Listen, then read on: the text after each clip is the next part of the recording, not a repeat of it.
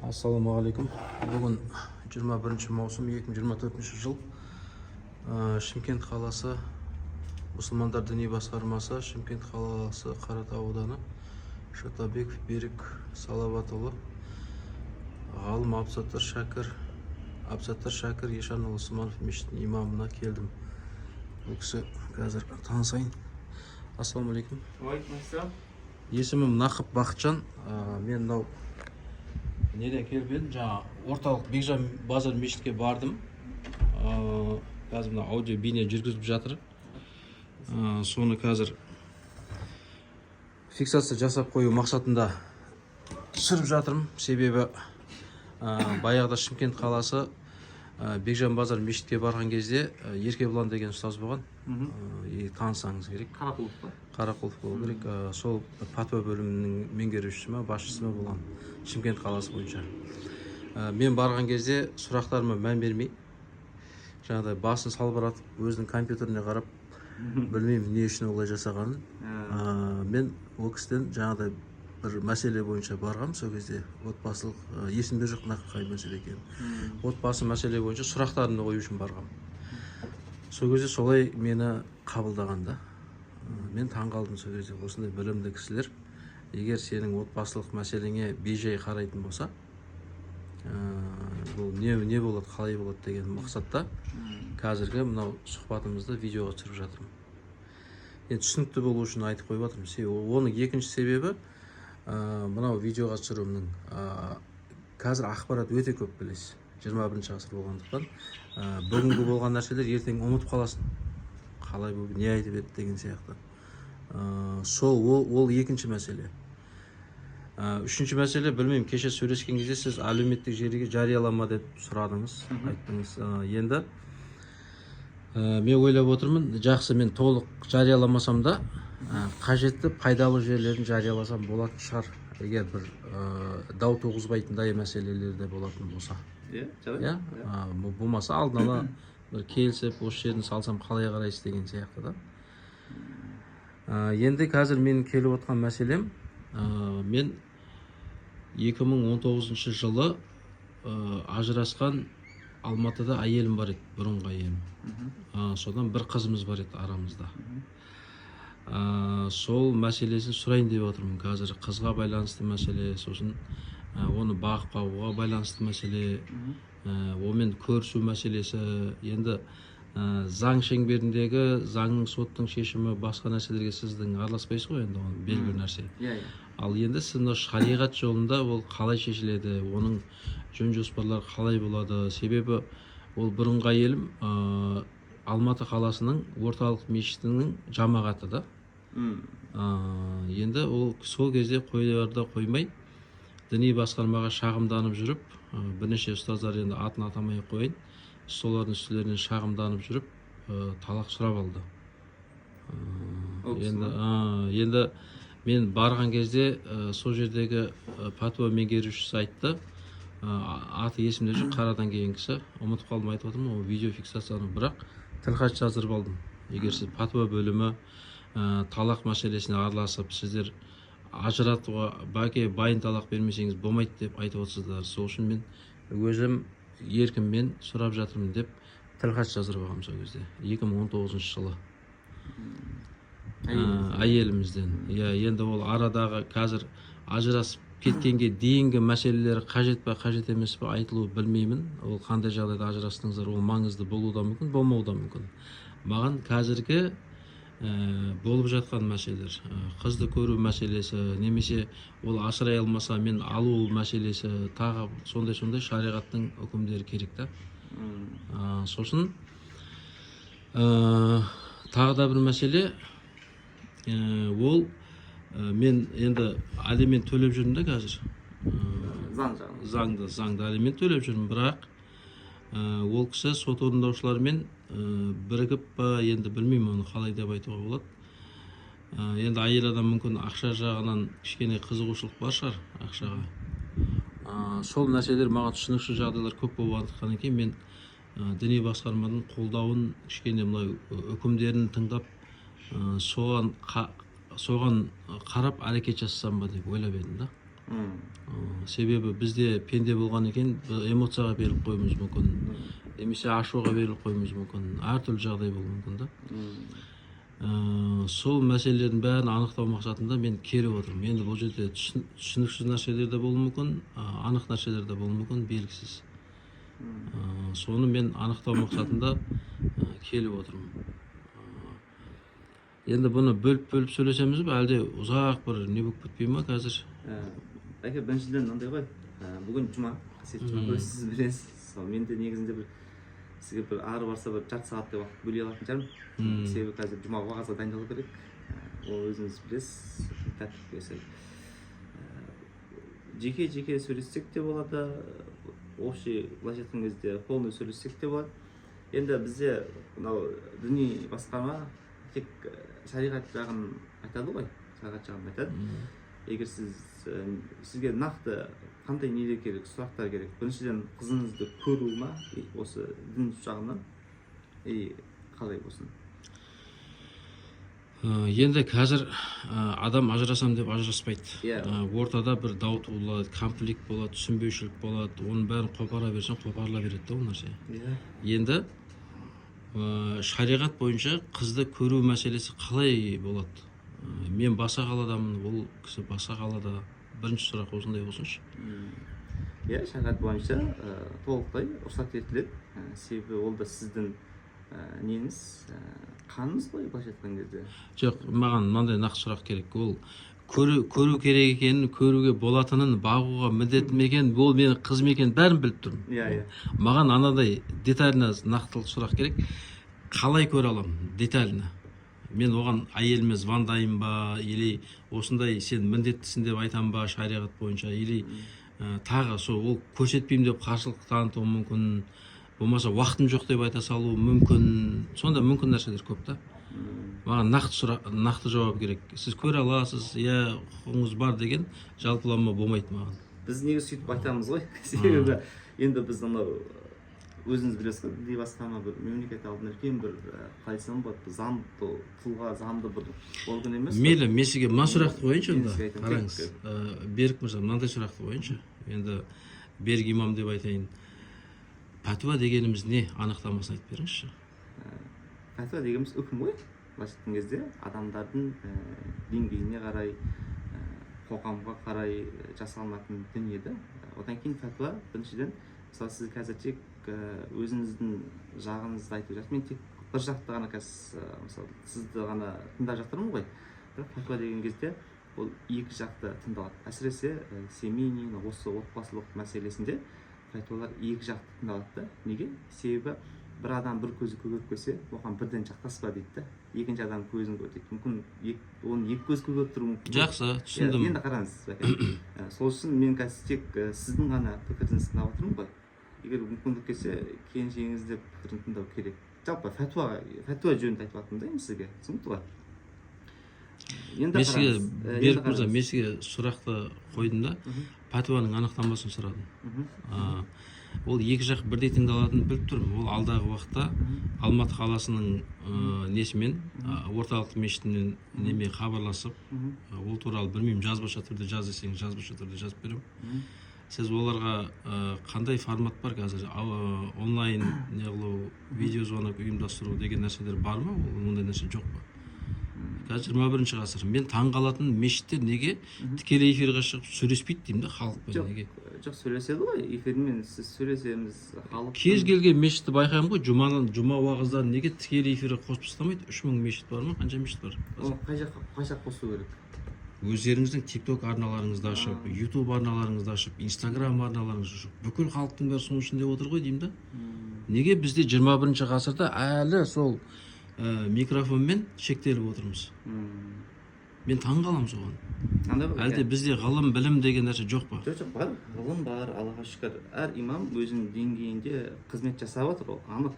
Әр адам өзінің деңгейінде қызмет жасап отыр. Біреу бағанағындай сол интернет арқылы жұмыс жасап жатыр, біреулер ондайға қатты өзін жария қылғысы келмейді. Баса қаламен байланыс аламыз ба? Пәтуа бөлімімен, Алматымен? Екі жақ бірдей тыңдалу үшін. Ол жақ, мысалы мен қазір олардың уақыттарын білмеймін ғой, мүмкін олар жұмаға дайындалып жатқан шығар. Жоқ, мен қазір деп отырмын, алдағы уақытта деп отырмын. Болады, болады, байланыс аламыз, мынандай менде бір сұрақ бар да тағы да. Мысалы семейный мәселелер бұл тек барынша негізі жасырын өту керек та. Ажырасу болсын, не болсын. Бірақ именно сіздің мәселеңіз неге интернет желісіне тарқалу керек деген сұрақ сізге түсінікті. Менде мынандай түсінік бар. Қараңыз, мен кеше мынау көбінесе қазақ тілден қор болып жүрмін да. Өзіміздің Шымкентте тұрып, Қазақтан тұрып. Мен кеше имамнан сұрадым, жария дұға жасайық. Ол дұға басқаларға сабақ болу керек, үлгі болу керек. Мысалы, жария садақа деген болады, ол басқаларға үлгі болу үшін таратылатын. Ал енді менің жағдайым қаншама алимент төлеп жүрген жігіттер маған жазып жатыр. Бәке, бізді мынау алименттен шашадық. Жеке сот орындаушымен заңгердің құлы болып отырмыз қазір дейді. Олардың проценттері өте көп. Әшейінен процент өндіріп отыр дейді. Әйелмен бірігіп отырып дейді. Біз олардың неше түрлі шоттарын бұғаттатып бастағаны бар, басқалары бар. Мен кеше қаншама мына жеке сот орындаушының әділетсіздігімен соттың әділетсіздігіне шашып келіп отырмын. 7 жылдық тарихты маған дәлелдеп бер дейді. Түсініп отырсыз ба? Осы мәселенің бәрі келіп, мынау 21 ғасырдың құралына келіп тіреліп отыр. Енді бір адамды қаншама келіп сен өмір бойы осы алимент мәселесімен өтуің керексің ба, әлде мынау жолдың штрафы бар, басқа штрафтар бар, соларды төлеу керексің ба, немесе сен бір кәсібіңді дөңгелетіп ары қарай жұмыс істеп мына халыққа пайдаң тигізу керексің ба? Айтыңызшы, мен өзім 2 компанияның несімін, мысалы біреуінде әкімші болып қызмет істеймін. Бір компанияны қазір өзім жаңадан ашып, жүйелеп, мынау бүкіл Қазақстан бойынша бойдақтар бойжеткенде таныстыратын компания ашып, соны мен жүйелеп, соның жүйелеу үстіндемін. Ал маған келеді да, мына 7 жылдық алименттің тақырыбы келіп, қайта жабыса береді да. 7 жыл. Мен соны түбегейлі шешіп тастамақшымын. Алимент деген нәрсе маған қайтып келмейтін дейді. Бір нәрсені жүйелі түрде шешу үшін, қайталанбау үшін сен оны түбімен, тамырымен шешіп тастауың керексің да ол мәселені. Әкен андай ғой, енді ол жалғыздың шаңы шықпайды дейді ғой. Соны айтып отырмын ғой, жалғыздық шаңы шықпағаннан кейін мен әлеуметтік желіге жариялап, осыны қолдау күтіп, мынау діни басқарма бар, ұстаздар бар, неше түрлі ғалымдар бар. Неге мынау біздің жігіттерді қазір білесіз, қоғамды екіге бөліп тастады. Әйел, еркектер бөліп тастады. Еркектердің олар ауыздарын жауып тастады. Әйелдер неге шығып алды қазір? Көшеге жатыны көшеге шығып кетті, басқасы басқа. Ал бірақ біз үнсіз отырмыз. Ертең біз қоғамнан біз сұраламыз ғой оның бәрінен. Мешіттегі имамдар тысқап кетпейді ғой. Мысалы, олар тек қана жаназа, Құран, Құдай тамақтарға барумен шектеліп қалмайды ғой. Мейлі медресенің жұмыстары бар, басқа жұмыстар бар, білім ағарту жұмыстары бар. Бірақ қоғамға тікелей әсер ететінді діннің ұстаздары бар, ғалымдар бар ғой, әсер етуіміз керек қой бірге. Дұрыс қой, бірақ енді әйелді аманат қылып алғаннан кейін, одан туылған балаға да қаралу керек қой. Мен қараудан отказ жасап отқан жоқпын. Бірақ менің қарауыма мүмкіндік берсін да. Егер баға алмаса, мен айтып отырмын, мен қазір 10 баланың әкесі ретінде айтамын, баға алмасаң маған бер. Мен бағайын. Қазір 2-3 әйелім бар өзім қазір. Мен ана әйел маған басқа әйелдерге әсер етіп отыр ғой қазір. Түсініп отырсыз ба? Ол негізі сіздің бағанағы ажырасып кеткен әйеліңіз ол бұрында заңды болған, иә?